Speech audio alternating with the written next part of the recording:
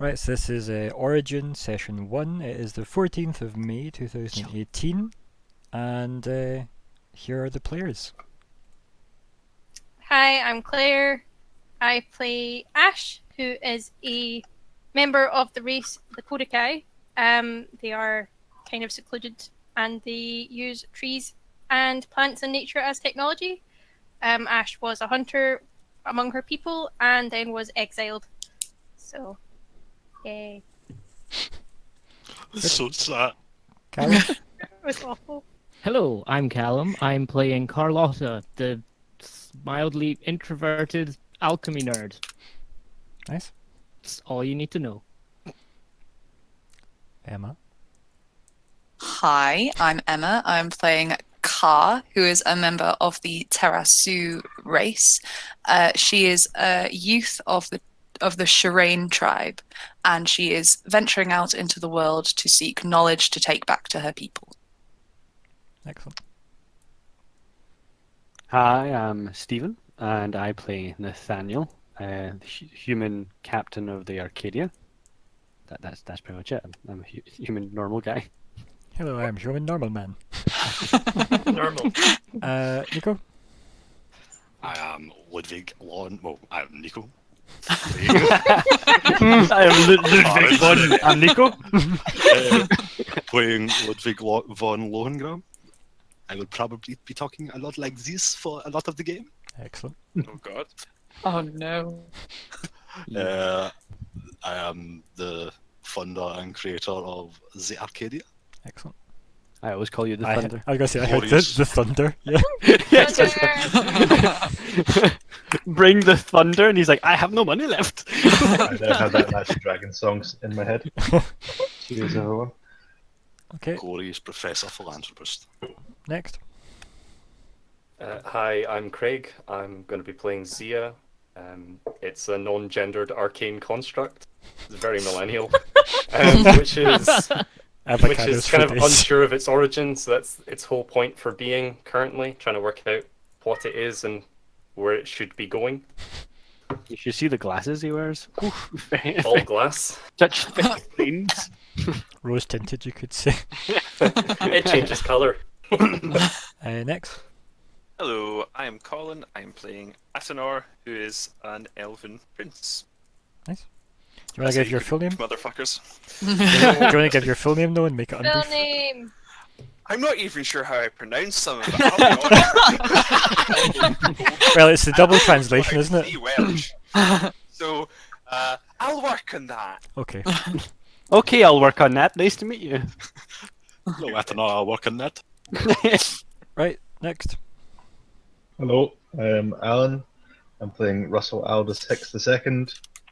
I am a young inventor following my father's footsteps. With my robot brother, we have set out into the world to track him down because he's been away working for too long and it's starting to get suspicious. Good. We Wait, are are. there 2 other humans? 3 other humans this time? There's a lot of other humans. Oh my god. We are down the other Clare, mostly called Clark, who is playing Vittoria, and we are down Naomi, who is, I guess, our third Clare if you really have to go there, and she is playing I actually have no idea what her character's name is. I don't know if she ever told me actually. Robyn? Robyn. Yes, Robyn. Robyn. It is. Robyn. How did I forget that? Not the singer. Yeah, I'm Grayson, she's Robyn. So she is she's playing Robyn, who is a weird volcano-y Romany type peoples, but that's fine. We'll get to those. They'll get into their introductions when they're actually on. Yeah, I'll be GMing somehow. So Introductions. I am Ryan, the GM. And introduce every character.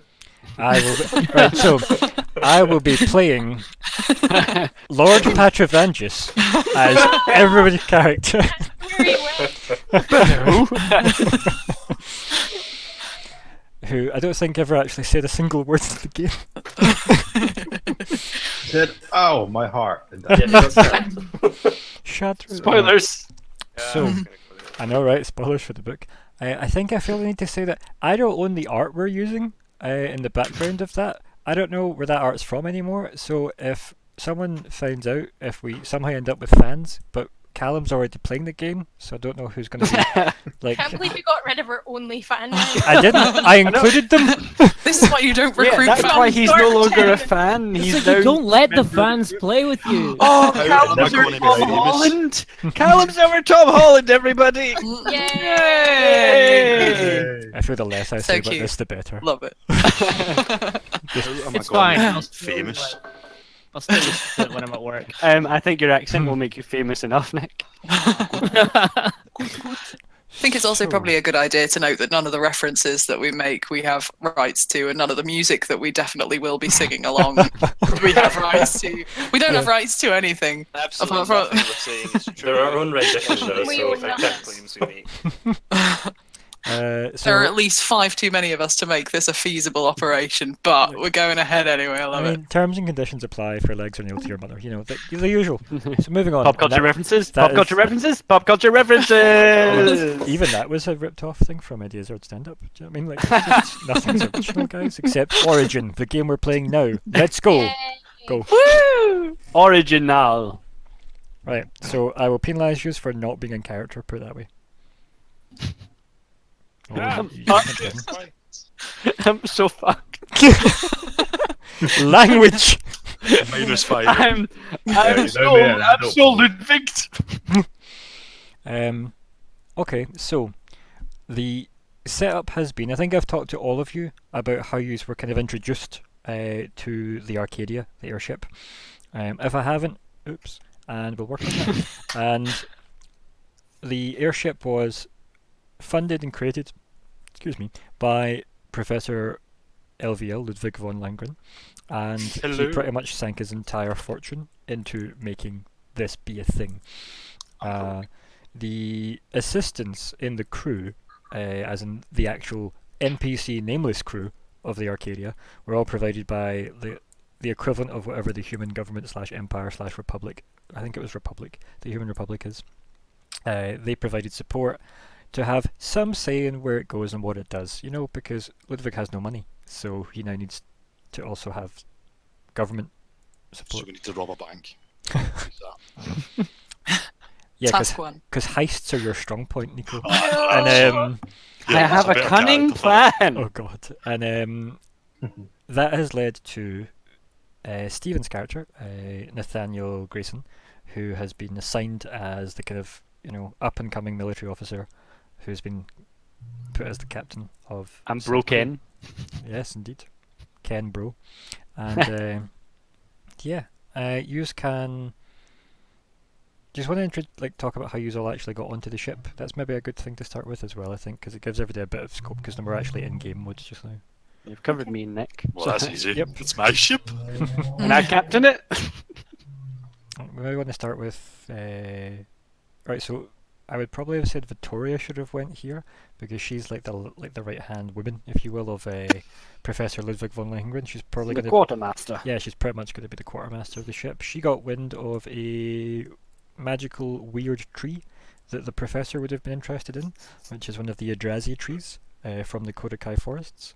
Very rare and sacred. That is something that the professor acquired because he's like, yeah, weird tree, that sounds good. Pretty much plugged that into the ship.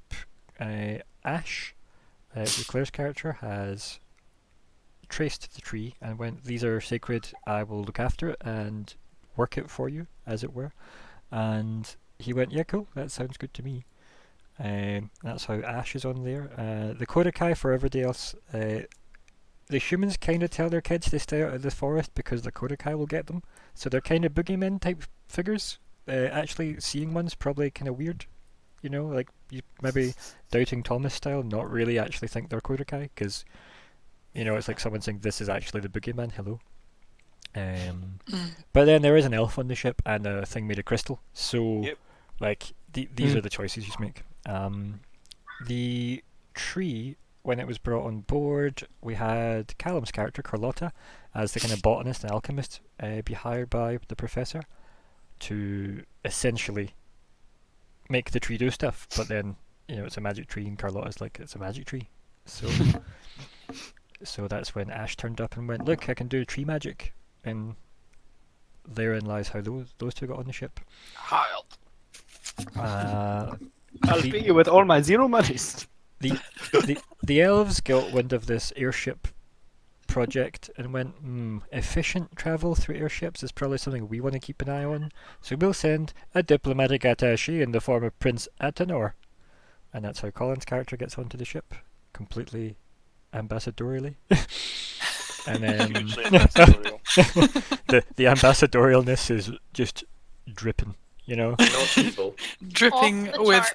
ambassadorality. Ambassadorality. I love it. Disgusting. We then have our stowaway, Allan / Gib, who his character Russell stows away. I think we went with he's discovered during the year of testing because one of the engines was rickety and the professor was always going to fix it, but then it stopped being rickety, and it's because it's where Gib's character slept, and he fixed it because it was making a rattling sound and he couldn't sleep. So the professor was like, wait, why does this work now? And he went down below deck and went, who's this kid? And how did you fix this? And then went, you're kind of useful, you can stay. I'm pretty sure that's how Russell got on board. Bless your wee soul, Russell. Yeah. Who He has is potential. next? We've got, I think it's just Craig's character is found in a cave after a fight, but I'll let these parts of the story come out in the actual game. But the gist of it was, during the year of testing, they put down, the professor has tracked a interesting signal coming from a cave. I believe at least the professor and Attanor head into the cave. There is a bit of a kerfuffle, some fisticuffs and such with Zhia, the crystal golem thing, and the sentience surprises the professor, going, you're a crystal person, and Zhia goes, how did you find me? And then the professor goes, well, I just tracked you with the tracker. And you go, there could be more of me out there. I could use this to my advantage. And the professor went, you're a giant talking crystal. I could use this to my advantage. So that's how Zhia got on board. I believe Attanor and Zhia were both impressed by each other's combat prowess also. But again, I'll leave you to develop that. Just Saucy. Astounding. dripping. Very much Astounding. into each other's And I think I've got Prowess everybody for here. days. I think at some point Naomi's character Robyn stowed away later, that's fine, or perhaps just came on board because, again, her character details, and obviously Vittoria was already on board anyway. Most of this has been a year of test flying around, the human kind of empire area, the Republic area. I know those are very different things, and I will probably interchange them until I write down what it actually is in terms of the map. And you've been back can be- in the dock to do the final calibrations of the ship before its official launch, because it's had a year of test flying, and that's how you have all known each other for at least 6 months to a year. You have known each other. So I'm going to assume everyone is on the ship, and by that I mean you are all on the ship. No arguments. I'm just here for shits and gigs. I think I I'll be have a the only one. tendency of jumping off the ship, I believe. So, And before anyone at home goes, wait a minute, you didn't introduce Emma's character, I know. That's because Emma wrote Emma's character today. Basically, I think my thoughts, this may all be retcon, so, hold on to your hats, people.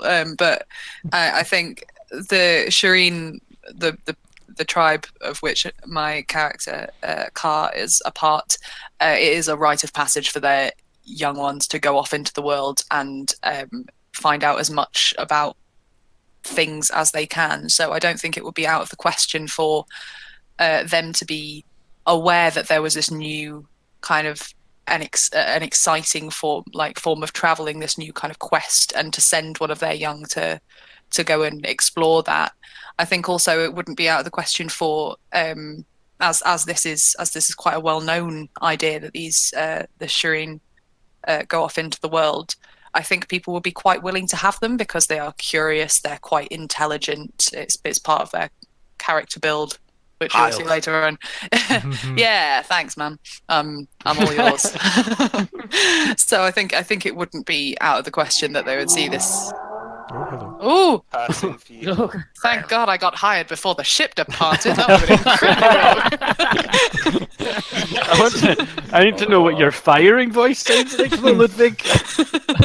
Exactly the same. If you don't catch the start of the word, you that's- don't know where you are. It's Vittoria's voice that does the firing. Oh, well, now I have the fear. So there we are. I'm all aboard. Off we go. Hey! Is Go it- team, hands in. Okay, Don't touch me. so the ship has obviously various compartments and sections, etc., etc. There is, in the vaguest sense, there's the mess or the galley or whatever it's called, where there are the most rudimentary of tables set up, and obviously the ship's cook, who will forever be known as Cook.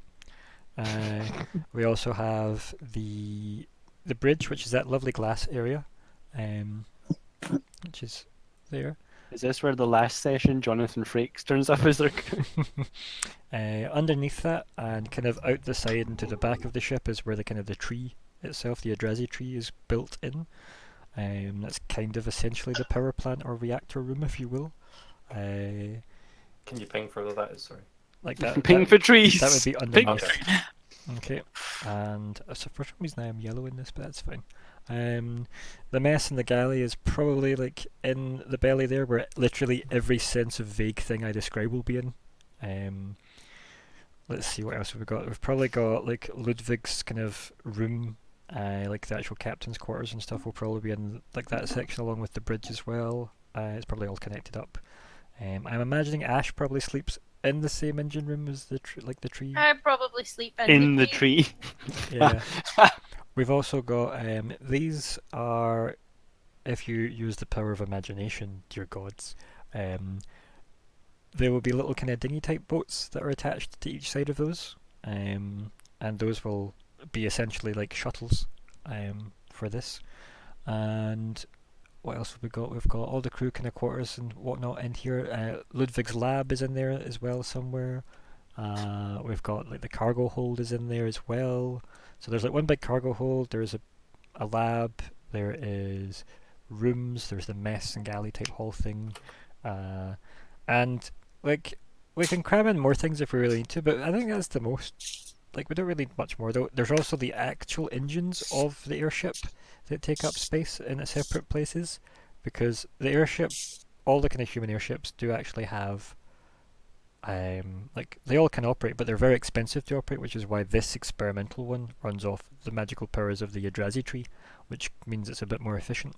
It just needs to land in water and expose its roots like from here, and at the back it will have all of its trees. So we probably should edit this picture and put a bit of a tree at the back of it at some point.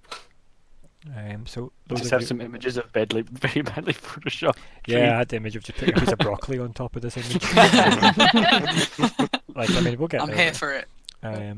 But yeah, like I think for the most part, it gives you a rough sense of the ship as well. As I said, you have all bonded over the course of essentially a year together. No one is new, put it that way, because that lets us avoid having to decide why you care about each other. And then you can retroactively, as we go forward, just decide why you actually enjoy each other. Like maybe it was like that one time when we saved ourselves from that bar fight. ... You know. Just because you love something doesn't mean you have to care. Yep. Indeed. Catchphrase. Wow. All right. Welcome to A Stephen. little bit soon. Yep, this is just Stephen.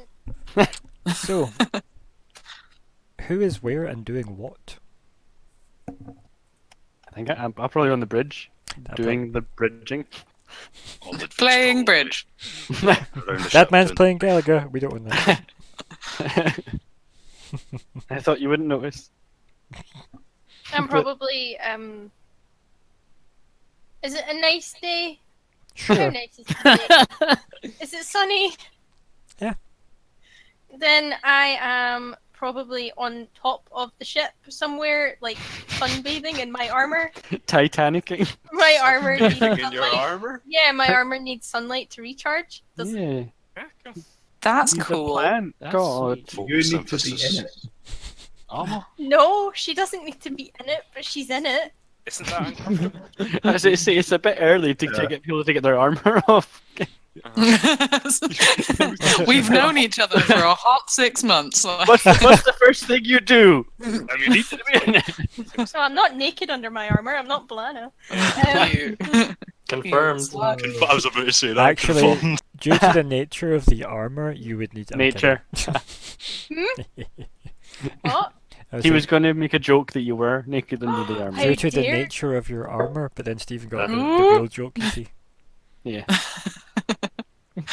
I got Okay. all the layers. Do you know So what, yeah, I'm sunbathing. Claire, on it's the- fine. It'll be funny when you listen to the audio. That's true. Yeah, I'll probably be a snorting mess when I listen back. And when you're I was here. gonna say yeah, like also while here. Probably. Right. So who's doing what? Good then? So job, we've got everyone. people on the bridge, people sunbathing on the top deck. What No, else? it's just a nice Um, day. Oh, Oh, no, Sorry, go for it. continue. no, all right. I was just saying, it was a nice day. I'm probably just chilling in the lab. 'Kay. Labbing around. It's a nice If day. it's a nice day, I'll stay inside. The lovely day to stay indoors in the lab. To be fair, when I looked out at the lovely day today, when I sat down at my computer, all I could think was, close these curtains, it's so bright. Yeah. Hashtag Scottish problems. It occurs to me that this is my second character for those listening at home. Oh, none of you, presumably. This is my second character, right now, no. and also the second character I have made who will probably spend quite a lot of time just sort of in quiet contemplation. But unlike my previous character, who was a necromancer, this one is a paladin kind of archetype. And he's probably going to spend quite a lot of time, in prayer, which I think he would probably do sort of just on the deck with the sun on his face, sword in his lap, sort of thing. I'm more interested in what loud contemplation's like. You just Like screaming. I am thinking. Thinking. Is that like the Satisfaction music video, but just with Brian Blessed as every character? Yeah, Oh, that's but he's more flexible. probably. Brian Blessed. Hashtag Brian Blessed. Question is, who did Brian bless? Himself. That makes sense. So- Nathaniel's alive! Okay, so we know where most of you are now. Right, who don't we know? Where's Kahr? Probably wandering, trying to find somebody doing something interesting and fun that she hasn't seen before. So literally we have two people just quietly on the deck doing what looks like nothing, I guess. And then Stephen's in the bridge. What about the professor? Where's the professor? The professor is probably walking around the ship frantically, doing some final checks, probably stroking his beard, nodding. Good. I already love him. It's never gonna get Thank you old. for this, Nico. Never gonna get old. The true gift of this game. What about Zhia? Zhia! Zhia! about Zhia one? would be on the deck, but probably like every 10 or so minutes would be walking from the deck to the scanner that found it. Kind of looking at it, looking a bit miffed, and then going back to the place that was standing before on the ship's deck somewhere. Is that just continuous behaviour? Yeah, just every 10 minutes, just repeats. So that would need to be, so Craig, that would need to be a conversation that me, you and Nico discuss about said access to a scanner. Purely for plot reasons. I'll get to that with you at some point. Okay. This is where Ludvig's made a fake scanner that he keeps somewhere out of the road, I so lied. Zhia goes all the way over there. I mean, I could believe that, but that's a conversation we need to develop. Okay. Because Ludvig has a lot of things locked away on the ship. Most of Ludvig's actual lab is actually locked away. Nobody gets Okay. access to it. I imagine the thing he found you with is in there, but whether or not he's given you access to it, I don't know. That's up to you guys. You can maybe discuss talk about that. Yeah. Discuss that a bit later. Why on, don't we do but- that now, though? And we Oh. try to develop that. So, how did that go? When obviously you were kind of welcomed on board. I mean, let's do a flashback. The first flashback of the game. Oh my god. Ta-da! Can I ask a question? Was Zhia discovered before I was? No. Okay. I was already on the ship. Probably the newest. Well, member. you were on the ship as it left for its test flight. Zhia was discovered halfway through the test flight, or there, like during said test Cool. flight. I imagine it probably didn't take that long to find you on the ship. Like maybe a couple of weeks or something, you know. Mm. Like maybe even a month. Like, you could probably get away with a month, you know. Ludvig loves his ship. We'll be repairing that pronto. So yeah, like Yes. we've got Zhia on board. Like feel free to like skip time or whatever, describe how it would have went down. But I would quite like to know exactly how the now that you are back on board the ship was landed so that the tree could obviously re-soak up water, refill the reservoir for the Adrazi tree, and also kind of essentially just not have the tree burn itself out. Ow. Ow. Sorry.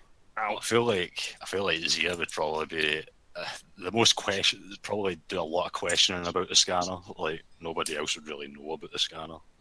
Yeah, like Zhia probably I think there wouldn't really be much like communication other than a case of stating fact, like how did you find me, how does it work, like where is it, can I see it, like very direct questions like that. So I guess you might be pensive towards that maybe.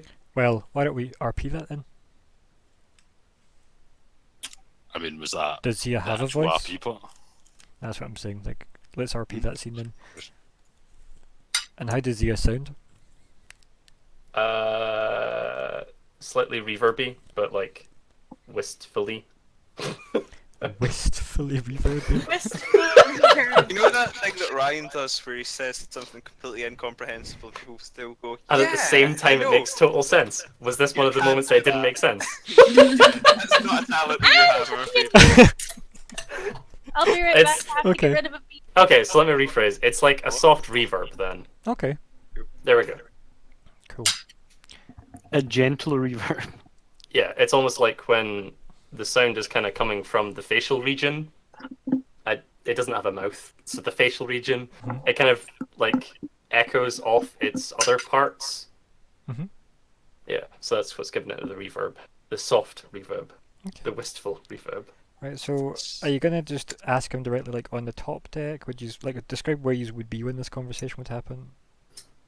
Well, the whole recruitment stage thing, it would be a case of So in the cave itself. Yeah. Okay. Yeah. Well, we're in the cave. Maybe Attanor, if you maybe went, okay, the combat's over and he doesn't seem to be in danger. Are you bailing on those two? Or are you going to hang around and have the conversation with them as well? Can be interesting. Ooh, Because this is just after the combat, I guess, has ended. I Because don't know, because this is technology stuff.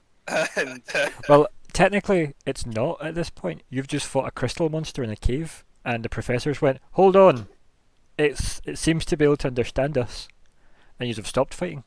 So we're in that moment of you've literally Okay. just stopped fighting.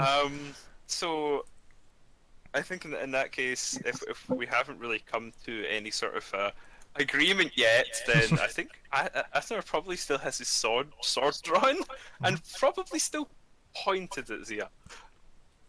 Okay. Yeah, I'm good with that. I feel like Lohengramm would just kind of like put his hand on top of the sword and like gently kind of lower, be kind of like, no, my ears are fed. Okay, there's resistance. The sword doesn't go down. I guess he would just kind of like be pushing it and it'd be springing back up like constantly. Well, I guess this depends. What are you wearing? Oh, that's a good question. Ooh, spicy. Not yet. Not yet to that That question. makes it sound even worse, Nick. It was a completely innocent question, and you just made it sound horrible and very I untoward. don't know what that means. I don't know what that means. But it's very- Exactly. Right, so you've probably witnessed this by this point for Attanor's benefit. The professor is in a Silhouette 2. So Silhouette 1 is a normal person. Silhouette 2 Okay. is like the equivalent of like a A big land thing. speeder.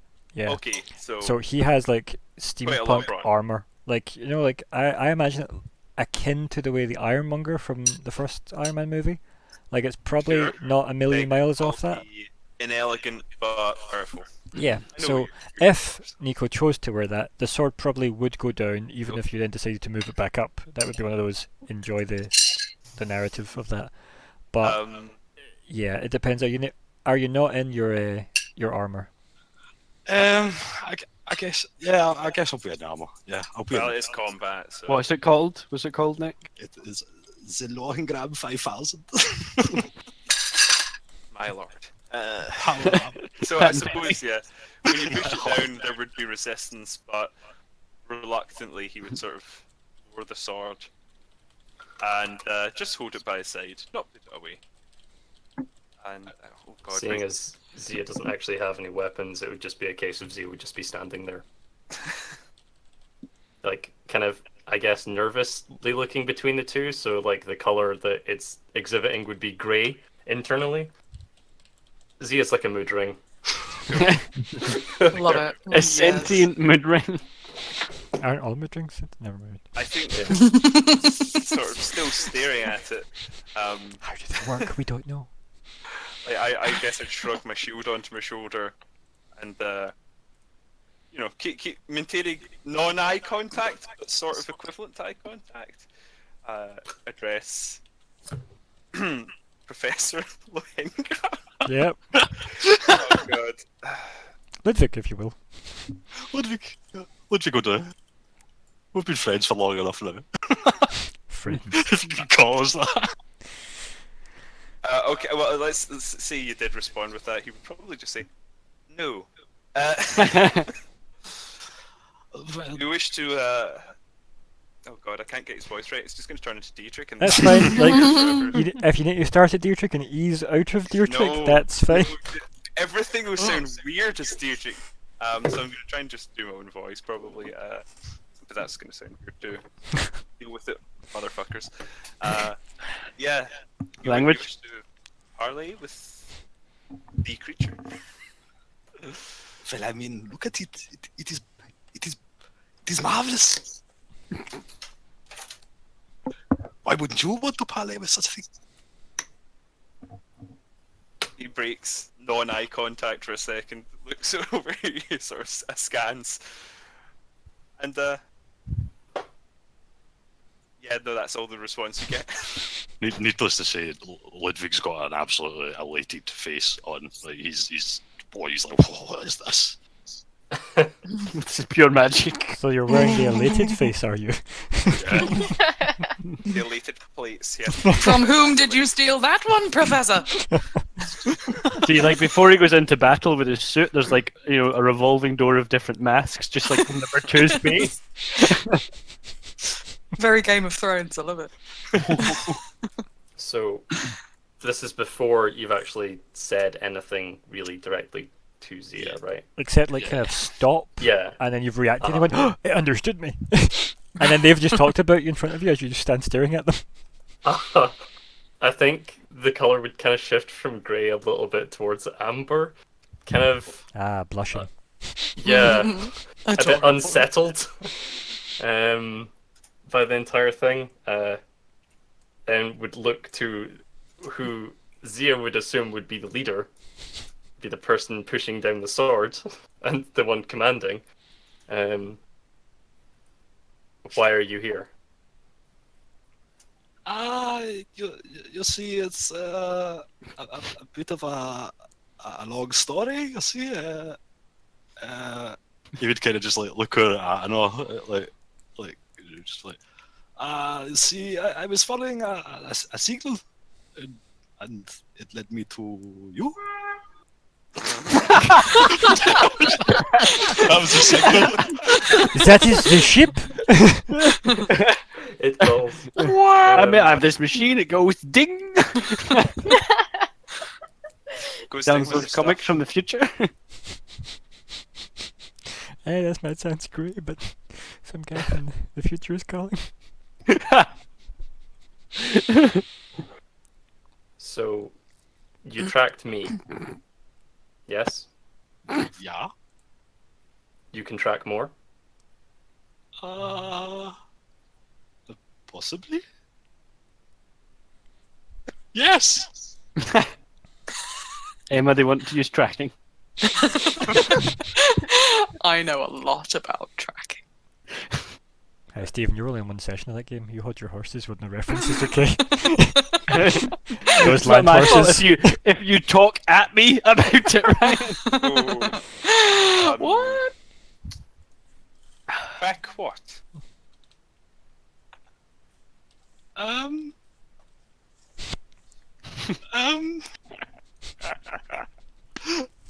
Signals? You know, like radio waves and such. You know, elf stuff. No. Oh. Elf stuff. Did you just He looks say- mildly irritated, but the look quickly goes from his face to a sort of serene, passive, I'm ambassador look. the normal I'm an ambassador look that everybody knows it Yes, goes off. yes! Yeah, it's the I have to Wow. look like nothing phases me. Look, yeah. Thank you. Chalata Chaka Wakanda. I know this as my time as an ambassador. Okay. You see, is a certain signal that I have been. I'm turning like an Italian here or something. That's fine. Go. for Hey, it. bibbidi bobbidi beep. Bibbidi bobbidi. You'll settle into it, don't worry. There's a certain signal that I have been tracking for the past, say, it kind of looks like his wrist. It's like 6 months. And it kind of led me to you. And he would kind of just put his two hands towards Zhia. Ta-da! Kind of turn around to Attanor. Zhia probably would look from your face, like the head would be facing your face, and then look down at your hands, and probably back up, and then over Oh. to where you're looking at Attanor, and waiting. What, no hug? Oh no! Don't be afraid. I just turned into like fucking EJ Joy contact. Language. But yes.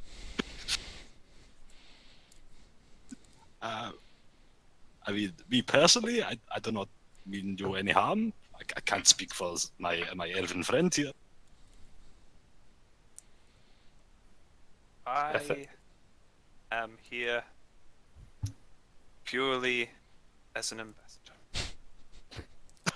He hasn't put the sword away. He's still holding it at his side. I believe that's called aggressive negotiations. I feel like that was you talking yourself down for violence. Like there, it's like, I am an ambassador. I cannot assault him. Like, maybe that was as you lower the sword.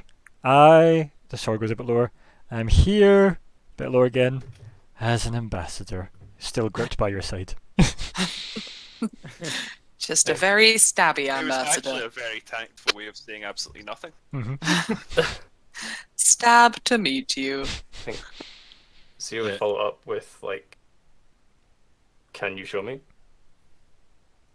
I was kind of like look around behind me, kind of like dart my head left and right, like just to see if there's anybody else here. He knows there's nobody else here, but he does it anyway. It's like, well, you see, if I must have your utmost discretion if I am to show you this. Zhia just nods the head.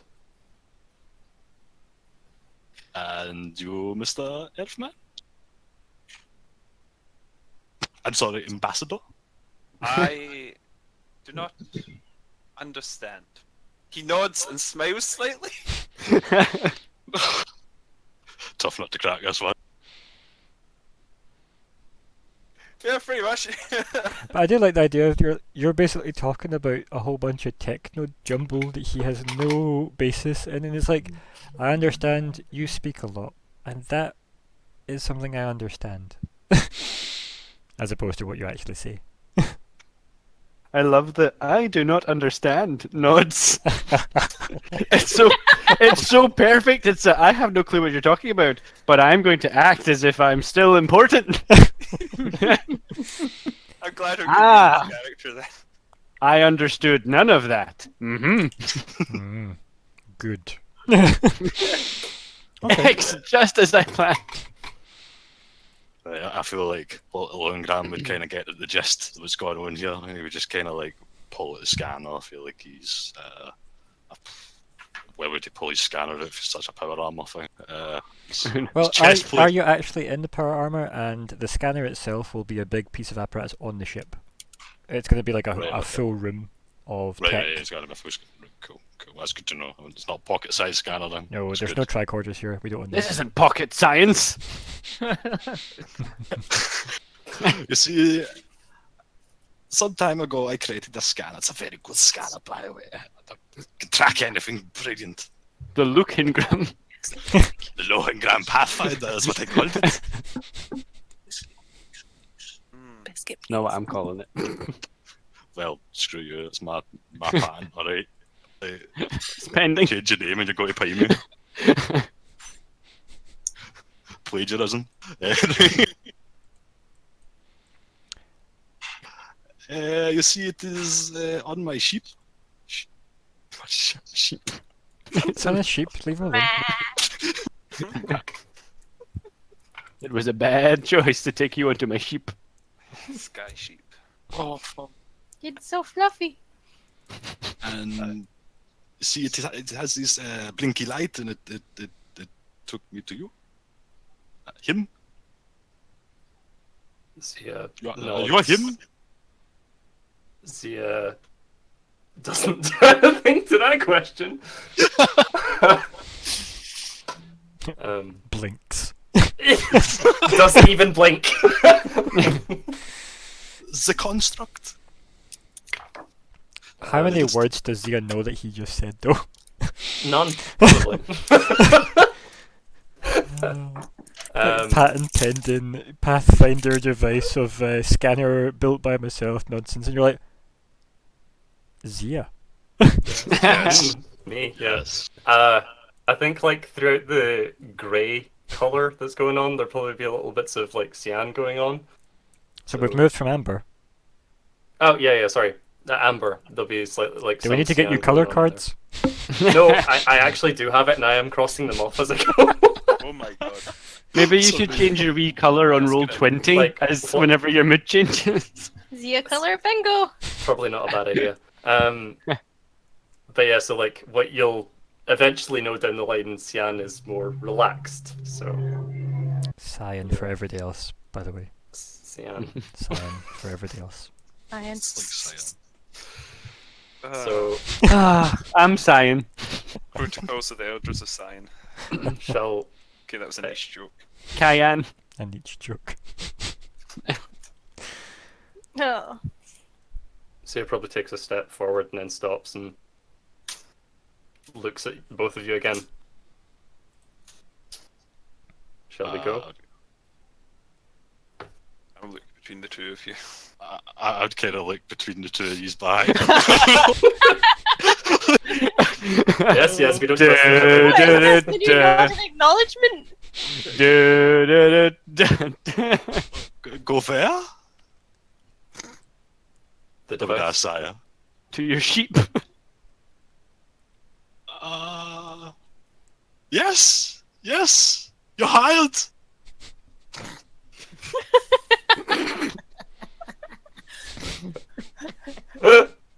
I love how flippant that is, it's brilliant.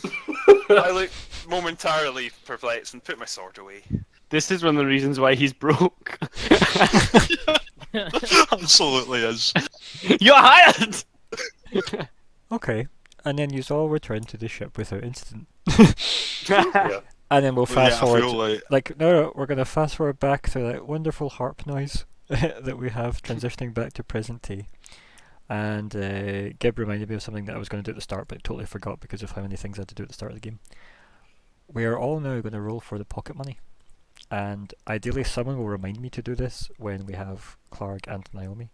So, can we all roll a D100 in roll 20? And start with Ash, please. Okay. So we're going to do this in some semblance of order. And yeah, thank you. Money rules. Cheers. is this like wages? Sorry. Money talks. No. This is Okay. the starting pocket money, as it's called. Okay. When do we get our seed payments? It's actually Give me that Leith's. 100. I need I that was 100. so- I'm broke. How will this Slash count R, towards my 800. pension scheme? Yeah, but Enough there's Is it tax spreadsheets. deductible? There's spreadsheets for that, sadly. Oh no. It's like, none of you get a pension, none of you are expected to survive this. Is this added on top of the money we currently have, or If you haven't spent money, then yes. okay? So D100. But how much money do you have left over? Sorry, Zhia. Yes, the 100. Yeah. So this is on top of that. Yeah. Okay. Okay, there we go. Right. So add that to your monies. Just 27 credits. 27 fair- monies. A money say. Money. I would like it written as just like. easy maths. Feel free to I'm going to refer to that value as trade, because currency, right? So that would be 27 trade. That should just be the name of the currency. Trades. No, I just want it to be you have this much worth of stuff to sell for other stuff is what I want the general concept to be, because you know how much I love currencies in games. So yeah. Oh, I love currency. I feel like that's sarcasm. At least you're feeling. Calum. Carlotta. Right. Does Do you know how how? to roll? Sorry. Wow. That's a good roll. Well, she's That's rich. Oh my god! That's the wrong type of D.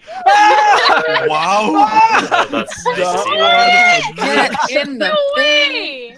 way! No. For everyone. No, It no. needs to actually be a D100. Yeah. Roll. No, he did roll a Guys. D100. He got 100. No, that is not a D100 roll. What? So I think The I second one was. actually The first. Ah, no. No, it wasn't. Cause No. It's not got one. It's Yes. just D100. So Right, so okay. Craig, your roll doesn't count. yeah, I know. I was So attempting to show the syntax, but unfortunately, literally the all I wanted to spaces do was before didn't work. I was just going to point out Ash's roll. But Previous to that. there's you could just click the dice button and choose the dice you want and click roll. So much quicker to just type slash. Where's that? So /r space 1D100. My. That is your monies. Maybe you don't actually need the one because the D1000 rolled and it wasn't 1000. Weirdly though, they're not giving us the equations, Yeah. which is really annoying. I don't know why Oh yeah. the other one gave us them. Unless that really did just work. Can I do a D100 just to test? Like I just start playing all D100. Well, you'll get to your turn in a second. Yeah. Okay, Is it I've got me? total 52. Mhm. That's a damn 100. That's glorious. Yeah, we'll do a test in a second. Right, we'll let the Beautiful. professor I'm test. testing. I'm testing in the backup and it's working. So that was a legit 100 In then. that case, yeah, Carlotta, you can have 100 then. Damn. I would Damn, prefer. son! I would prefer everyone to Damn. use the format of 1D100. Son of a Moving bitch. Is there forward, some though. sort of insect? There is. Oh, fuck. Duly noted. Sorry. I'm in a room with a bee. I I don't know know. where it is. I sent you a Oh. Bemoji in response. It's It's me still next here. to that roll. So guys, if you're gonna have relatively non-gaming chat, mute yourselves, such as comments of swearing at insects. Mostly for the purity of the recording and the innocence of our audience. That's good. Minus 203. Amir. Amir means king, I believe. Ooh. Let's add that onto the 50. Is that what you use as eyes? Yes. The coins? Hold one in each hand. Yes, I have hands. 43. Where do we put this on the character sheet? Or is it, Is your where's money? the monies go? Oh, the main thing. Yeah, money. but where's the? I don't have any clear money, name. so Character Where it says info. the player name settings. 4 stocks. oh, below player name. Did you say sorry? Yes. Cool. Money. So for clarity, 20. Carlotta, you got 100 out of all that. Yeah, you recall this. You never got the Yep, that's 500 and whatever it was. Aww. Madness. Okay. Need to 28 roll money. for Vittoria and Robyn. That's Robyn. Robyn. Vittoria. There we go. Put it back to 6. Right. So now we can fast forward back to the present day to the what Zhia is pacing up and down with scene now, because it makes more sense, I think, to everybody now. Or at least it Okay. does to me. I'll continue doing what it was going to do then. I'll pace like probably every 10 minutes from the top deck down to the scanner Mhm. to have a look, and then look disappointed, and then come back again. And by looking disappointed, I mean looking grey, and then coming back out, and then slowly that grey turns to green as it just whistles in the wind. Okay. It whistles. No, well, it's It's like the crystal ringing. yes. Yeah. Yeah. I got you. Right, okay. So we have almost that kind of weird crystal wind chime thing going on. Versus we have a meditating elf, we have a sunbathing Kodakai, we have Carlotta in her lab, we have the professor basically rushing around the ship looking at things and doing some checks. What is Russell and Kahr and our actual Captain Nathaniel doing? We're in dry dock, aren't we? Like we came back and are ready to Yeah, relaunch. these are again. basically like getting ready to set off officially this time. I will be doing the operating requirements that needs to run the ship then, making sure everyone is Calibrated? in their stations. Make sure the tree doesn't need any calibrations and whatnot. You don't go near my tree.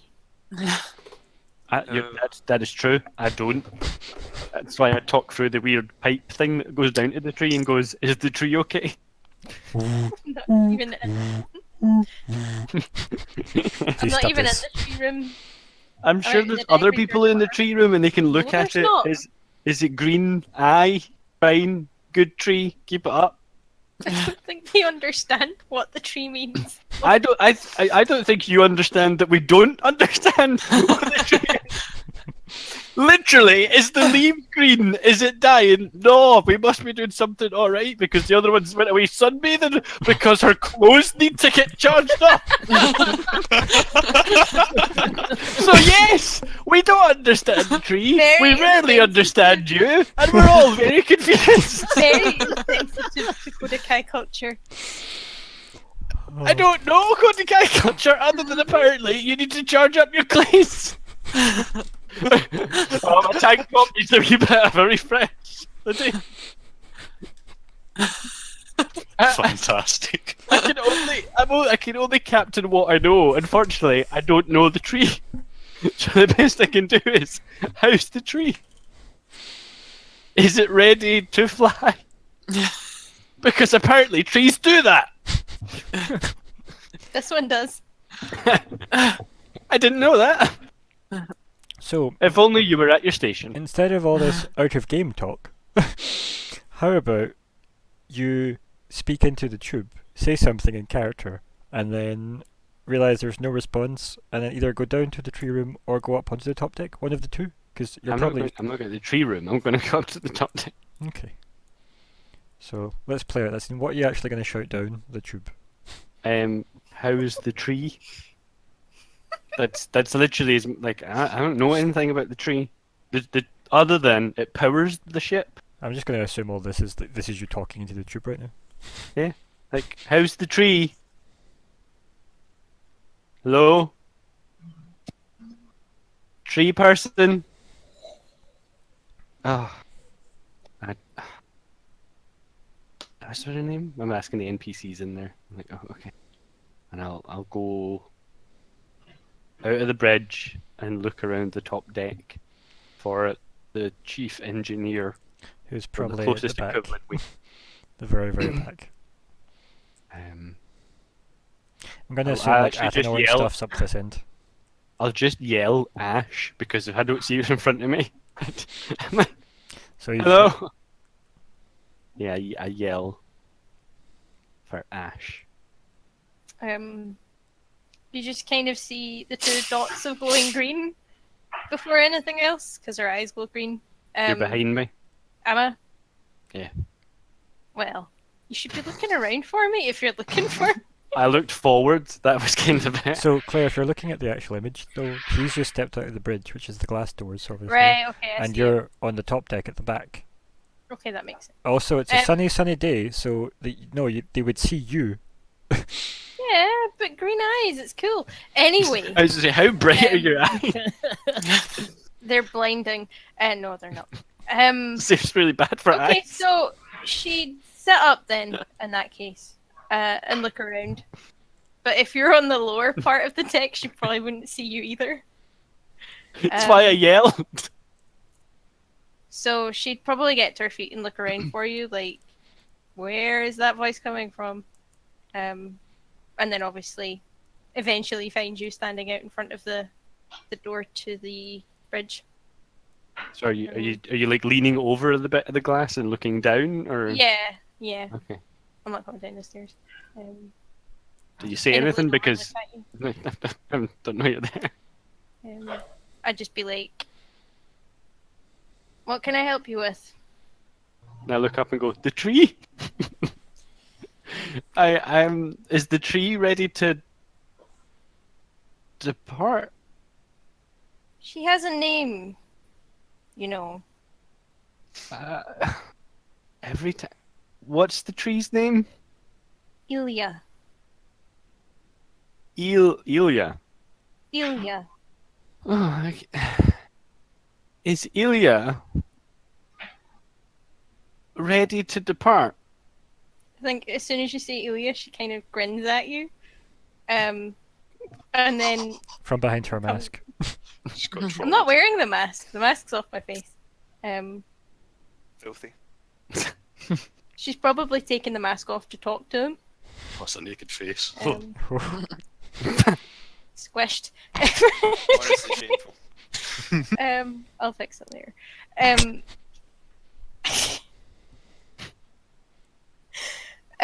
So she comes we down are the stairs. bastards. You Language? really It's not a bad word. You mute yourself, sir. are.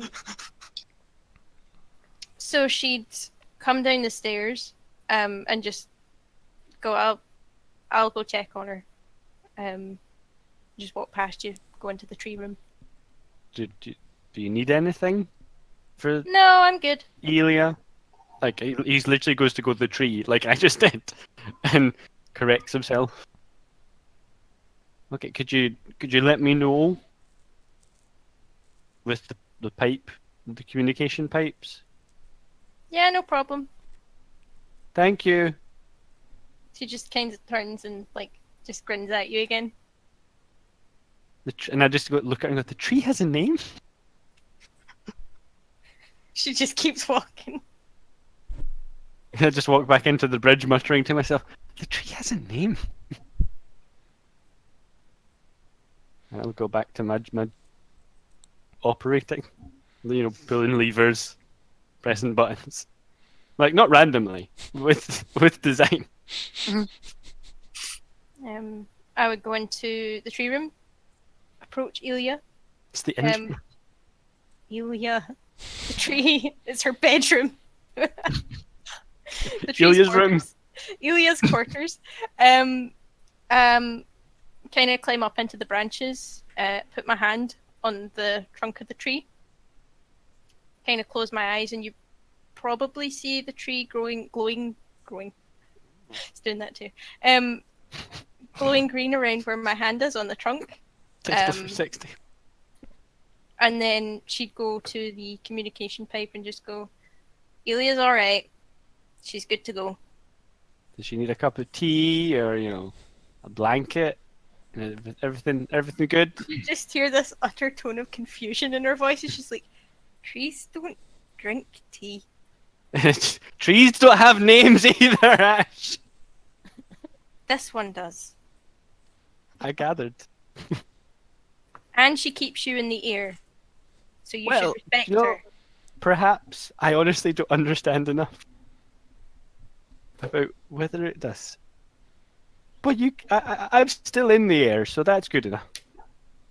It's just kind of, obviously you can't see this, but she rolls her eyes and then just goes back into the branches of the tree. The tube knows Nathaniel? still, and that's enough. Nathaniel can hear the eye roll through the gym. Screeching for here. The whole ship hears the eye roll. I can hear the screeching. Actually, a of your Kodakai eye. racial feature is that the eyes scream when rolling.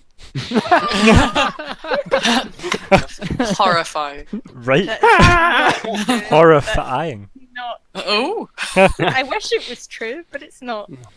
I heard that. Oh, God. Aw. Okay, yeah. So, what about Kahr and Russell?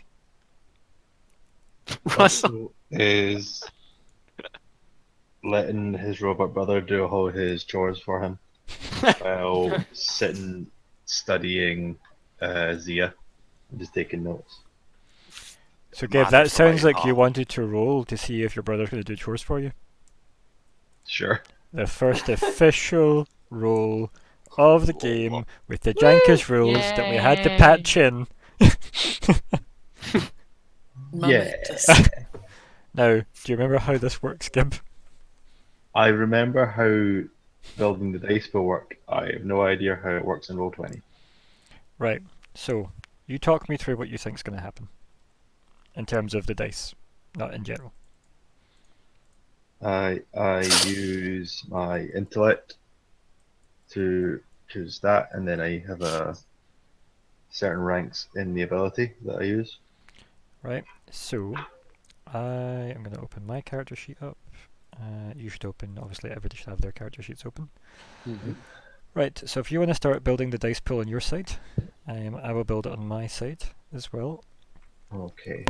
So, obviously I would still like everyone to have written in to the chat what you are rolling to achieve, like we did or attempted to do, but I don't want anyone rolling any dice before we all agree obviously on like dice pools, etc, etc. As for story points as well, how many of there is there? There's what? 1, 2, 3, 4, 5, 6, 7, 8. So there's 8 of you.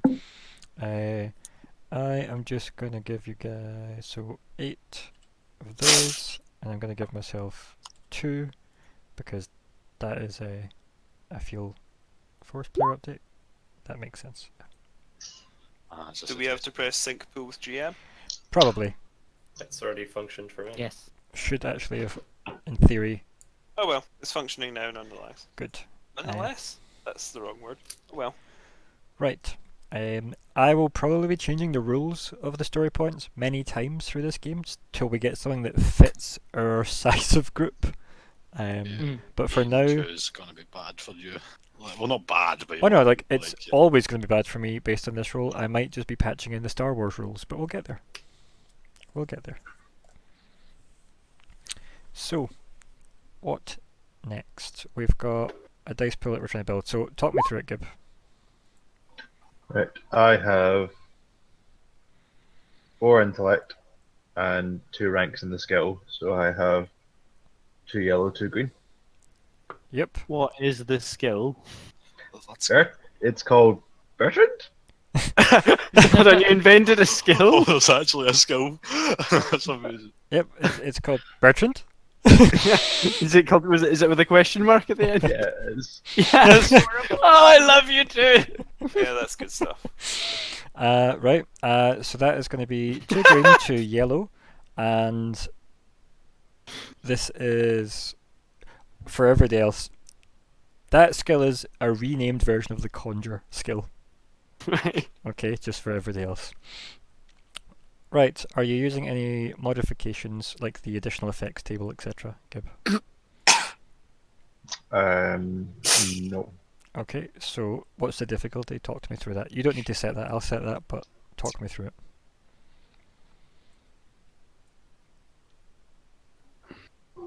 I'm convincing Bertrand that him doing the chores is better. More Because efficient. he's much stronger than I am. And I don't want to hurt myself. Okay. Now what's the difficulty dice here? Talk me through that.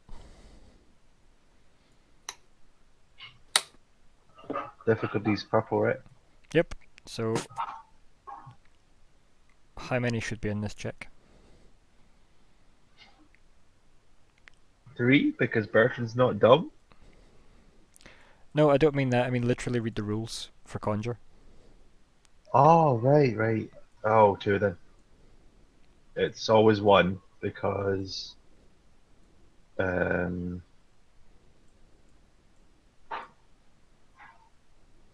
have that one. Do you know what page it is?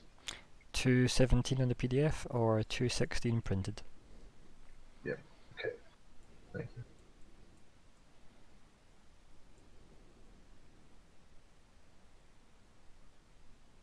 So okay guys, we'll end up having to review a lot of rules this way to get everything on the same page, so don't worry.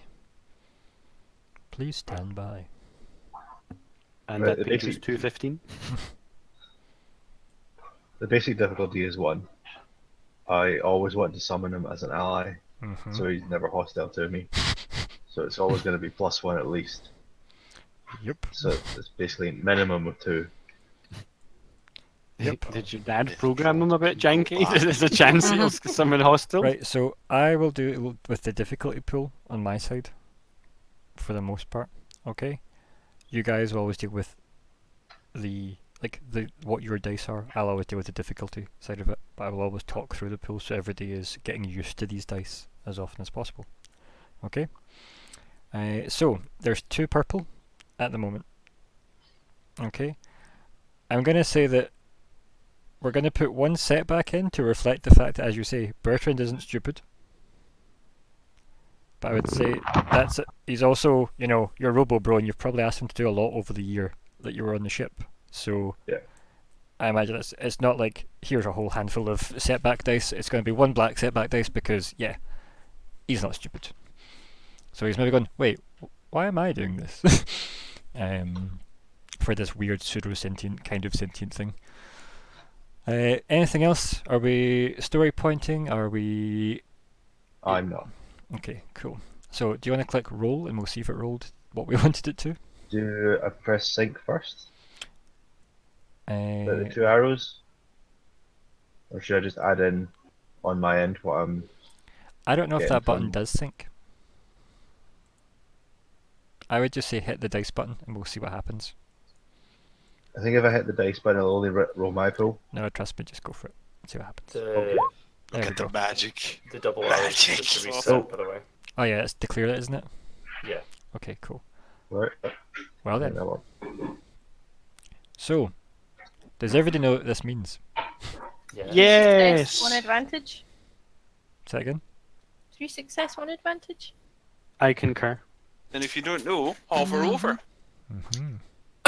It means you Oh, succeeded. yay, life. Just like Biggie Smalls once said. With a slight advantage.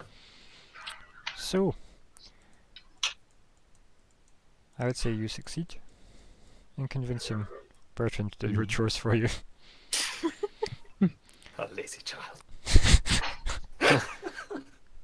Kid's got Ooh, child.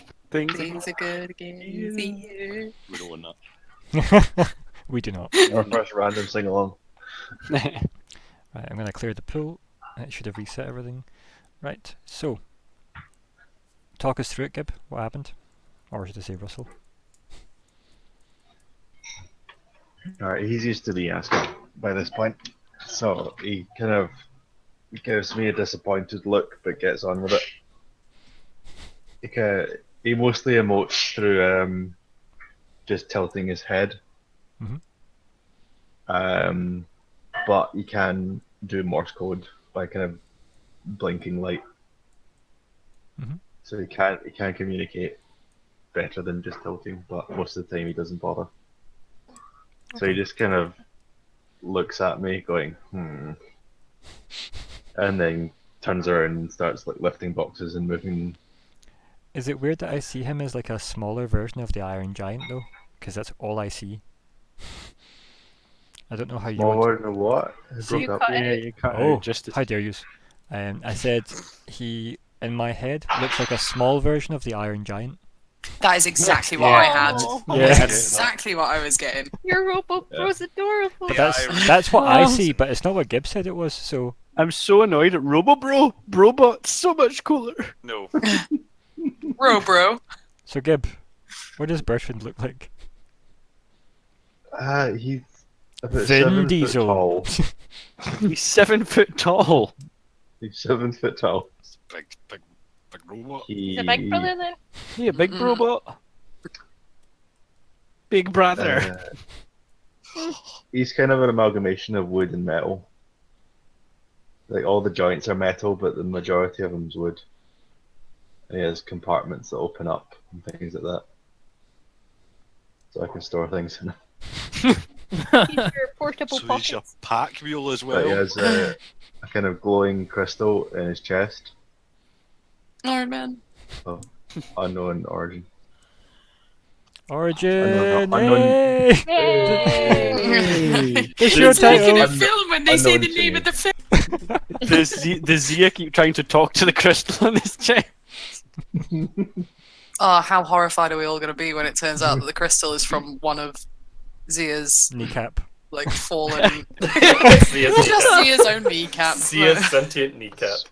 Spoilers. I feel like spoilers is used so often it's almost, in fact, a copyright infringement saying it now. We don't own that. No, we do not. We don't own spoilers. I wouldn't take responsibility for it if it did. Can we use the Wilhelm screen? Does that get used often? Can we just use that? Yes, that's fucking decades out of the copyright. Excellent. That's why Ryan, it's so famous. Get the Language. Wilhelm button ready. Oh, apologies. Yes, it's really well known because. Oh wow, free to that's use. cool. Yeah. Wow, he's dead cool. Where is He's he? still adorable. Oh, I see. Oh yeah, that's nifty. Why do I recognise it? He's really tall. It's 4th edition, whatever they're called, robot. Warforged. Oh, the Warforged. That's the Right. one. Oh, he's funky. I like that. I don't So have we- the 4th Ed books, but I've probably seen something Ryan shared. Or We have a big iron suit man. We That's have nice. a weird crystal, and we have a big wooden iron giant thing. Ah, this crew. It's is like weird. a child of the Iron Giant and Groot. It's like if they had Yeah. a baby. Mhm. I love it. I love it. I am Nathaniel Grayson. I mean, I am also here. His name Bertrand Hicks. Oh. it's quite a name. I wouldn't pin him as a Bertrand myself, but you know, I wouldn't do that to anyone. So. Bertie. Bertie Hicks. Yes. Absolute wee bean. I love him. He's a character. My dad asked me what to Bertrand name is him, and that's what I everybody's came up with. favorite. Oh, adorable backstory. I love this. Were you the first thing he had to store inside him as he ran from some like horrible event that your father was like, "Run, Bertrand! Protect my child!" Oh no, tragic. Too tragic for episode 1. Bertrand has grown. Quickly, we need to transform the airship into its Megazord form. Robo Bro. Other art we don't own, but are borrowing Make for him our smaller and walk across the ship. Bloop, bloop, bloop, bloop. Yeah, puppet show, everybody. own. I didn't used to climb them. Aww. So I showed Like a Until the puppet war. puppet roll. Flying. So back from the nonsense. Ever. So, How dare? I hope everybody enjoyed that. That was lovely. Mhm. I think advantage-wise, it'll just be Wait, It's you done. relaxing? it's done quite fast. Okay, cool. Yeah. Like, he's probably used to you being lazy. Bertrand Russell. Excuse me. I am going to make us a origin character art channel. It is private and accessible only by the Genesis team. Right, so any character art you can put into that, just with like your names and stuff, because keep that for actual reference material, and then we can use the text for all the nonsense that we say. As and when you care. So, your what are your chores? Like, what have you got them doing? Just moving boxes, swabbing the deck. My hearties. Yar. Just the kind of things you see extras doing in the background of pirate films. Okay. Just moving boxes from one side of the ship to the other. You Mhm. calling us For pirates? no purpose. But they need moved. Quick, look busy. Okay, cool. Right, who else have we not really heard from? Kahr. More Kahr, please. Kahr is following the professor around the ship, basically observing his final checks, making sure that she understands as much as possible about the ship in a kind of superficial way. I don't at this point. I don't want to try and actually mechanically build any of those skills, but just in a kind of fluffy, superficial way. I would like her to be there. I don't know, carrying a toolbox or notes or something, just shadowing. Yeah, I was gonna say like an apprentice would type Yes. thing. Mhm. Yeah, very. Okay. General What dog's does body. Kahr look general. like again? Do you want to describe Kahr? Kahr's picture is now in Roll20, but I will post it in the whatnot. I'm gonna actually now that the- refresh my roll 20 for that exact reason. Beep boop. Nope, it still looks like hell to Nope, me. it's still the same. Oh, is it? Well, I have uploaded it. It's just that kind of quite. Under a bio, just click on a bio. You've got Yeah. a whippy person. Check with a whip. Okay, cool. Yeah. So, subtle nuances of the species that the race that she is it are at first glance human, you would assume. I think on closer inspection, certain subtleties that mark her as different from humans. I think their head is probably slightly bigger. Their eyes are slightly bigger. They have a slight, again, not whimsical reverb, because Craig has got the monopoly on whimsical reverbs. Is it weird that I'm seeing Sophie Ellis Bextor? Like the way you're describing this woman? No, Bigger eyes actually. than normal, wider forehead than normal, Yeah, just bigger reverb than normal. a slight reverb, but only when emotions are running high. Think kind of, in place of a dark lord, you will have a queen. So that, she hasn't had a call to get angry yet, but when she would, that would be probably a little bit. You'll get bonus points to suck up to Frightening. Michelangelo love, you know that, right? But that's what our whole friendship is based on. Yeah. For, No, yeah. for So me. so that's. So yeah, it's a very kind of. It is so difficult, by the way, when googling, female RPG characters, to find one that is fully. If this goes out to the wider world, can anybody who draws these characters work on that? But There we We go. were trying to find Already Nico, a done. nice blonde steampunk man, but we put blonde and steampunk in. Oh my. oh god. Did you actually put steam hunk and everything No, just went steam wrong? No, we put steampunk. It's okay. It was not So, okay yeah. still. Yes, tell us exactly what you put.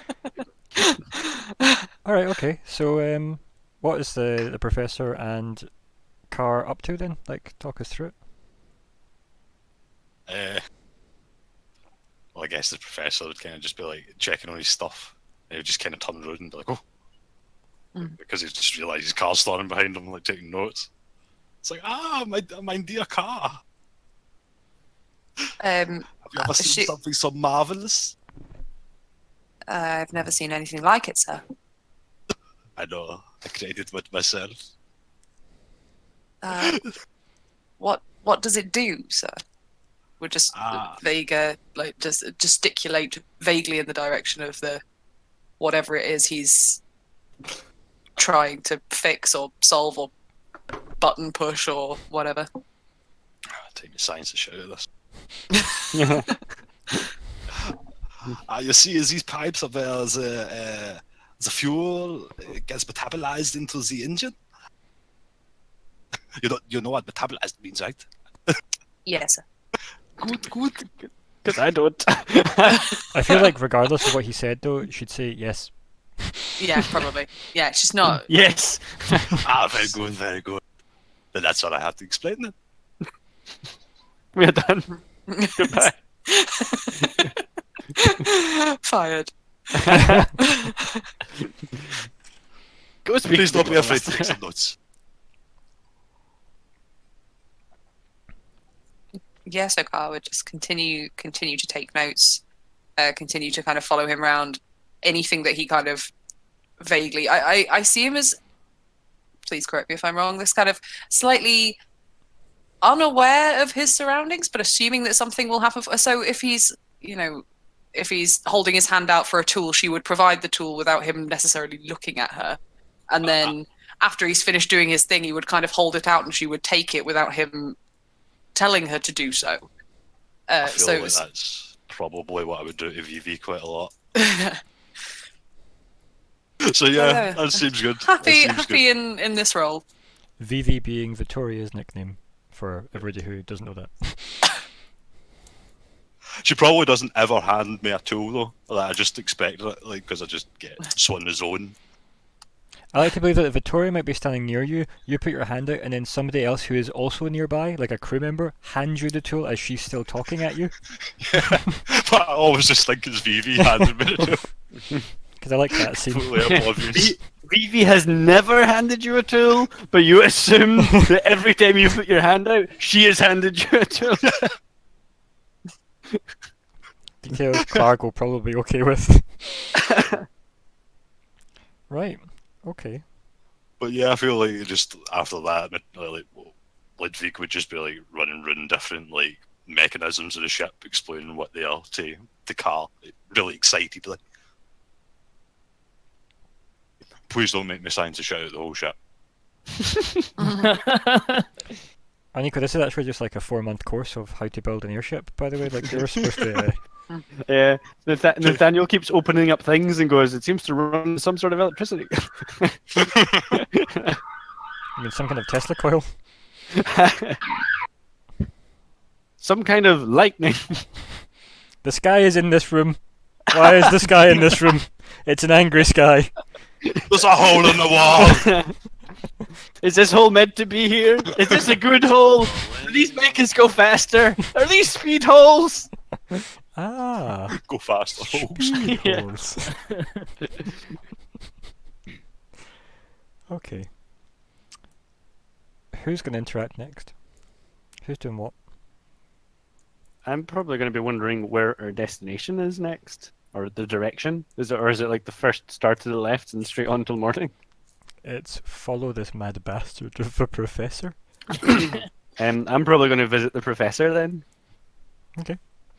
I'll So let's just say that enter you're the maybe on, lab. like, let's say, no, like if he's going No? around the ship exploring, Why is he still going around? he'll be on the top deck, because let's face it, having everybody on top deck is probably great. And then and he's probably maybe inspecting like the actual engines of the airship that are meant to be powered by, the actual airship engine that isn't the tree, the Yggdrasil tree.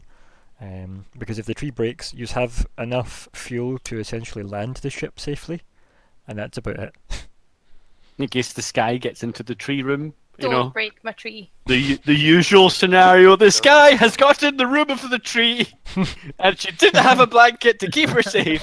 Like, To be dogs fair, and Ash cats said living together. he didn't mention anything about trees not needing blankets. Right up my nose. Tree up his nose, captain's out of commission. Dogs and That's. cats. Living together. I love that this is just Nathaniel's phrase. He just says it, and nobody ever actually really gets it. But he just says dogs and cats living together because it's what his dad used to say. Yep, Just that's imagining it. Tree Up That's as the gem. nose like Groot in the first Guardians. Uh huh. Oh! So I guess I'll leave the bridge to go looking for him, but he's just there being professor-y. And just go up to him and go, Professor?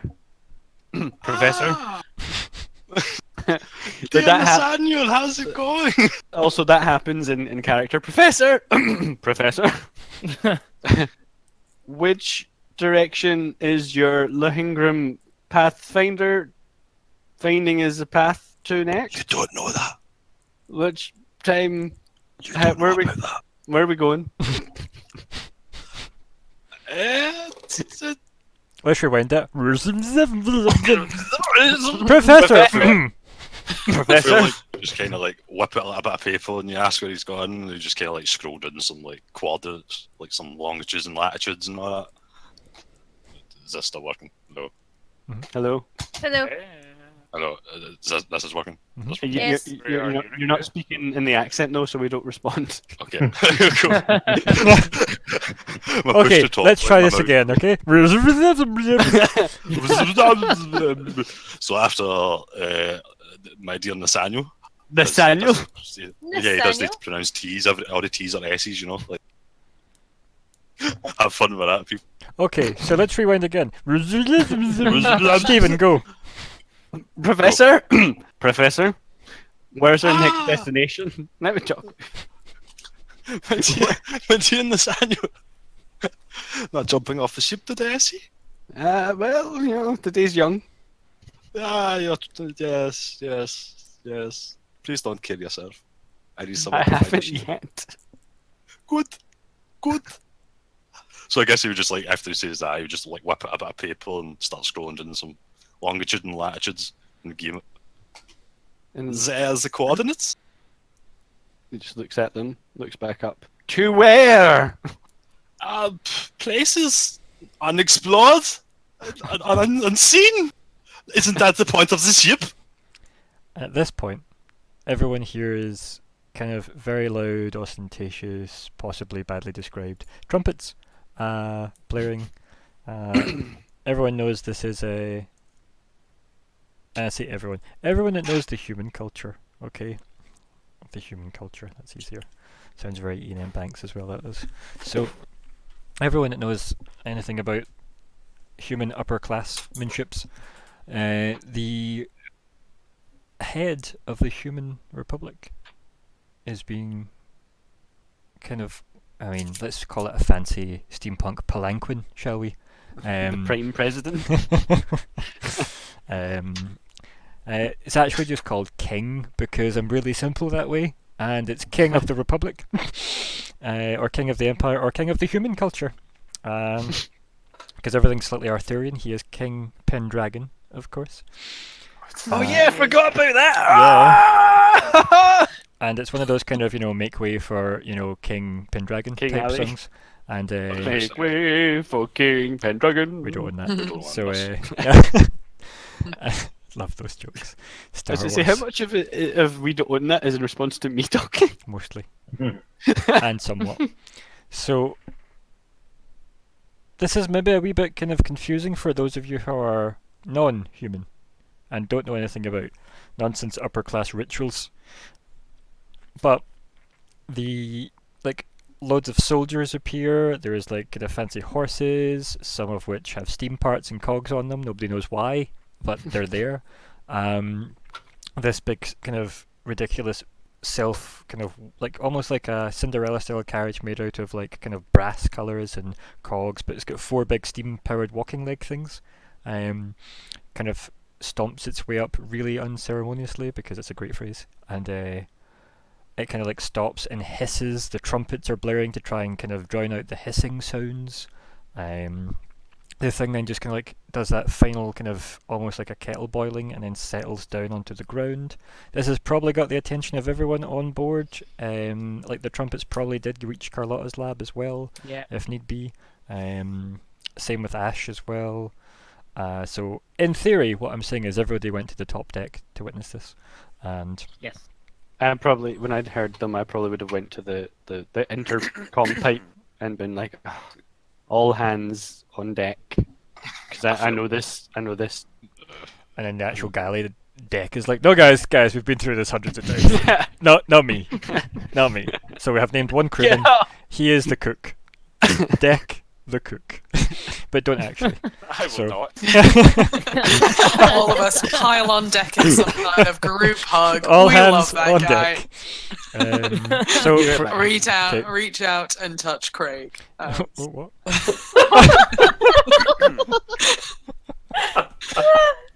So, I think we're down someone, but they didn't mute themselves. I think it's Stephen. Is it Stephen? It's probably Stephen. Goodbye, Steve. I know. Goodbye, Steve. I mean, the person directly under the person I was about to describe. Gib, are you still with us? I'm assuming you're still with us. Good man. Yeah, I was just sneezing. No worries. Good man. Right. So, like, I don't know. Like, see when you and Bertrand are standing next to each other. Like, do you lean into him? Does he lean on you? Do you just sit on his shoulder? Like, is there any kind of cool visual to that, or is it just you stand next to a giant robot? I'd probably just stand next to him. I'm a bit big to play on there. Okay. I'm gonna wait for Steve. I will still Stephen, use you him back as a yet? ladder though. Stephen. Oh, Stephen's died. so for everybody else, if you're gonna vanish, can you at least mute so I don't start talking at you guys?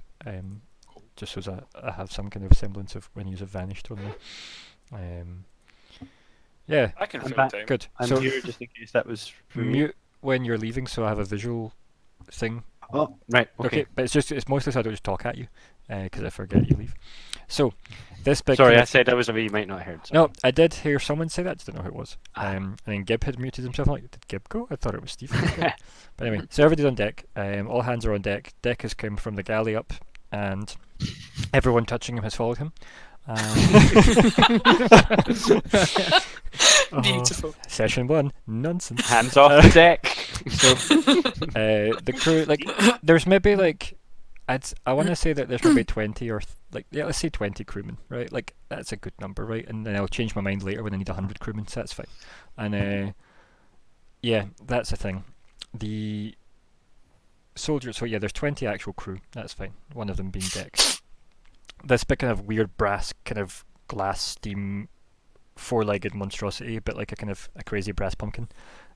Like stops. The four legs are like big pistons. It slides down so it hits the ground, and then like from the front of it, there's clearly what looks like a big kind of glass circle with a big thick brass ring around it. You hear like a chunk noise as a red carpet just unrolls its way all the way to kind of the edge of the dock, and then the kind of, as I said, the glass kind of ring kind of like pops open, almost like kind of a diver's helmet type vibe going on here. That slides open, and out walks the King Arthur Pendragon, because obviously why change a good thing, right? Who is played by Jeff Goldblum, just for everyone. Because visually it has to just look like Jeff Goldblum. But how many Goldblums is it? We don't own that. So, as he walks out, he has people who just attend either side of him. So there's a very pretty boy and a very pretty girl that stand next to him, and they just throw flower petals on the red carpet as he walks. And he just slowly walks, like with his hands out to them but not touching them, as if at least acknowledging that they're there. He walks forward, and every step is like trumpet kind of beats that are playing. So all the music is in time to every step he takes, and he gets to the edge, and he kind of just stands there smiling in that Goldblum way, with his head kind of tilted to the side, just staring really, really intensely at the professor. The trumpets are like just casually now playing in the background. Casual trumpets. I would just kind of. Is he close? Like, how close is he? Well, you're on the ship and he's at the dock, so Okay, you basically right, have good to like stuff, walk right. across the plank to get to him, if you will. And I by would that I mean probably the like- loading bridge. Guess I would I'd turn to probably this walk with Nathaniel. them. Yeah, I was about to say, I would probably turn to Nathaniel and be like, well, my dear Nathaniel, shall we go grovel before our king? Pomp and circumstance, and unfortunately there is circumstance to be pomp, so I'll go with him. to meet King Pendragon. King Pendragon. I guess on like the way over, I'd just be kind of muttering like, "They really should have let me bear the royal chariot. Stupid hissing kettle noises." I think they like the hissing. Kettle. So yeah, you just get like you cross over the kind of the loading kind of bridge from the ship to the dock, because it is in water. The ship is currently in water, obviously, and you are now like just at the edge of the kind of where the entire like line of soldiers are. So they're obviously like almost as if they're framing the scene of King Goldblum, as he is known. The really pretty man and woman, and then the background with that weird, brass pumpkin thing. So are you going to bow? Are you kneeling? Are you standing? Well, what I would probably do what the normal thing you would do. Nathaniel doesn't like pomp and circumstance, but he knows pomp and circumstance, and he knows how to act in this situation. He has been taught how to act in this situation. So if it just depends on what the human culture is, it probably would be like a kneel, like one knee type of thing, like head down bow. So we would. Yep. For men, it's down on one knee, and for women, it's standing side on. Okay. Oh. Then I would get down on one knee to God Jeff Goldblum, and lower my head and say, "I welcome you to the Arcadia, Your Majesty." I would also. However the title he's normally referred You to. can call me Your Majesty if you want, yeah. Your Majesty. Majestic one.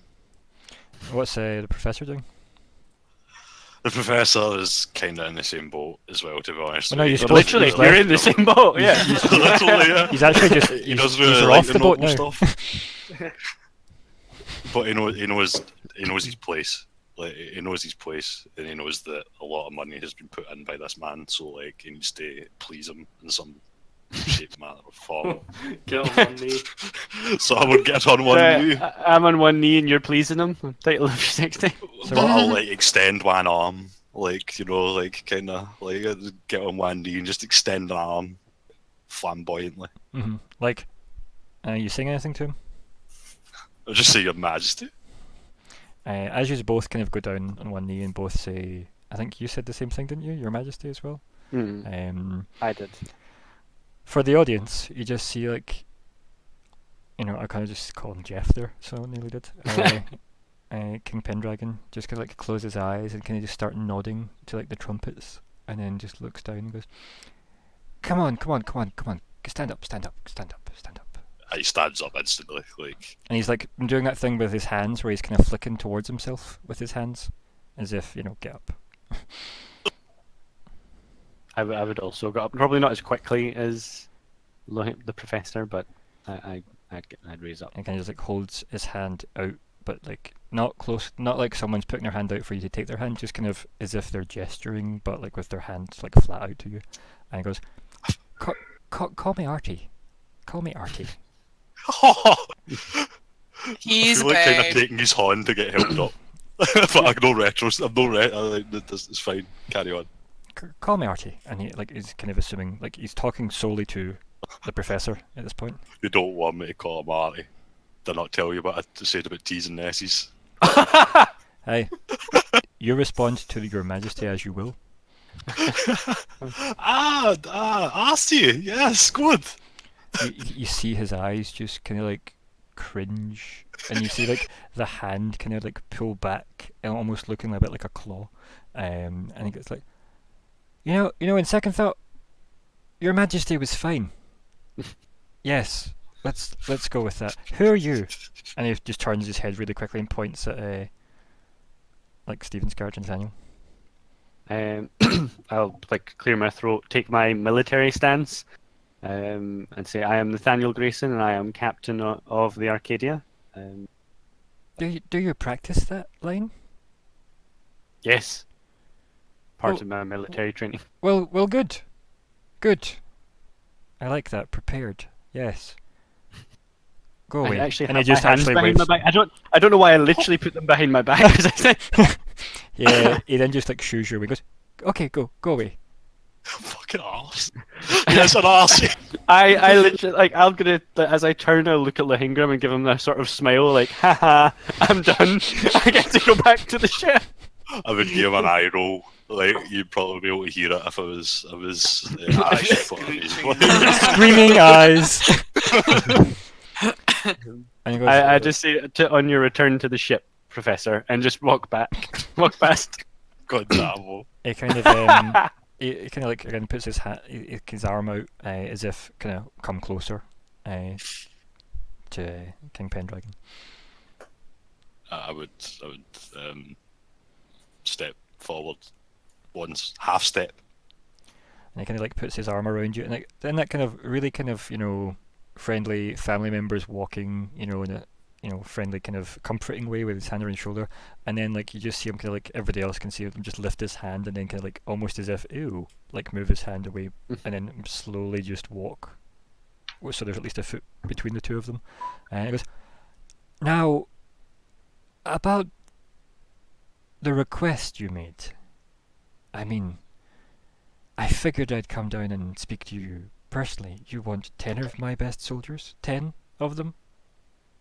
I mean, it's a very important mission. I mean, just think of the fame, the Showman Republic. Yes. Whatever it's called. Yes, and he's kind of like dismissively waving his hand as if you're still talking. And he goes, about me being famous though, and he kind of looks over his shoulder in that really obvious we're talking about you guys kind of way, and then looks back. Are we the elf? And he just looks at you as if that was enough. He's waiting on his response. Good Attanor. Yes, the elf. Yes, he's a very tricky man to speak to. He's very grumpy. He's just like he's got like his finger over like his open mouth, and he's like just still staring. Do you know how the elves are? They're all grumpy. You see, that's the thing. I don't know how the elves are. You were supposed to. You were. Don't talk over me. I'm the king. How dare you speak to me? Fucking ass. Sorry, bad language. Really difficult being Jeff Goldblum, do you know that? Props to the guy. It's why there's only one of them. Yeah, right. This is difficult. The king's getting redrawn next time. So it's like, how dare you speak to me? I'm the king. Anyway, you're still taught. Shush. And he just puts he goes to put his finger on your lips, and then he goes, and he lifts your hand up and puts your finger on your lips. What the fucking arse? So, RC actually is called. So you want 10 of my soldiers, and you've found out nothing about the elves? I mean, have you found out anything about the elves? You're on an empire. Is it my job? I am king. Look at this. And he just like gestures around him at everything. And he's like, this is all for you? What do I get? Nothing. I'm losing 10 soldiers. I mean... That's not even my ship. I'm so glad I got sent back to the ship. Well, I hope so. I did pay for the ship, yes. A lot of money, might I add. And I believe that money was my gold. He would sigh.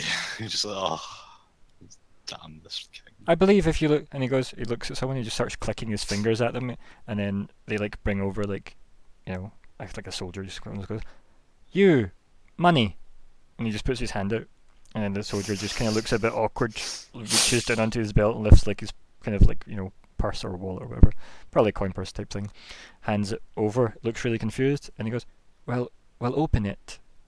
And he undoes the kind of string over the leather kind of pouch, and he the king picks out a coin and holds it up to you. Goes, who's that? And just kind of really, really deliberately points at the coin that's in your palm, and it's a picture of him with the cheesiest grin ever. I don't know. It looks very familiar. Is it your father? I can arrest you. I'll do it. I'm king. Yes, your majesty. You see? Also, that's me on the coin if you actually don't know. Oh, you're You must recommend me. You're the artist. I can see the resemblance now. Oh, He just looks That's like beautiful. really kind of just deadpan in the face, and he's kind of like holding one of his hands in his other hand, like up just under his chin. He's like, "You're really bad at this speaking," and then he just kind of like waves at you. I mean, I don't speak to the king very often, you know. Yes. I'm now realizing why. I came all this way. I'm not saying that. There are, and he looks around. He's like, "There are people here."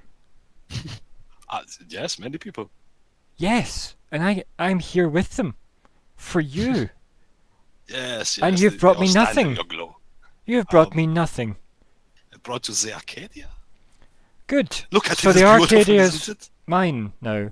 Good. No, absolutely Have not. the 10 soldiers, and I'll see you when check in. Yes. What we'll do is we'll have some kind of bird fly between the Arcadia and wherever they go, and people will bring me those messages. Yes, that's good, and you can arrange that. I'm sure you. And he just waves his hand and he just doesn't finish the sentence. He goes, "Okay, go away," and he just like goes to like mime pushing you away, but doesn't obviously make contact. He's like, we are done. Go," and then the trumpets start blaring like just over anything you were about to say. I would give him like a Renaissance-esque like bow, you know, like the sort of like cross-legged, arm out extended, not one knee. It's a very disrespectful bow. And he just kind of goes, yes. And he just turns round to that. So he goes, "Oh, he also owes you 1 gold." And then he shoos him away. And we're going to fade out there. And we'll come back at past, because I feel like we went on a bit longer than I was intending to, but we also started a little later than I was intending to. So come back at past. Also use that time to sort out any additional shit you need to sort out. Okay? Okay. Cool. Yay. We are breaking now.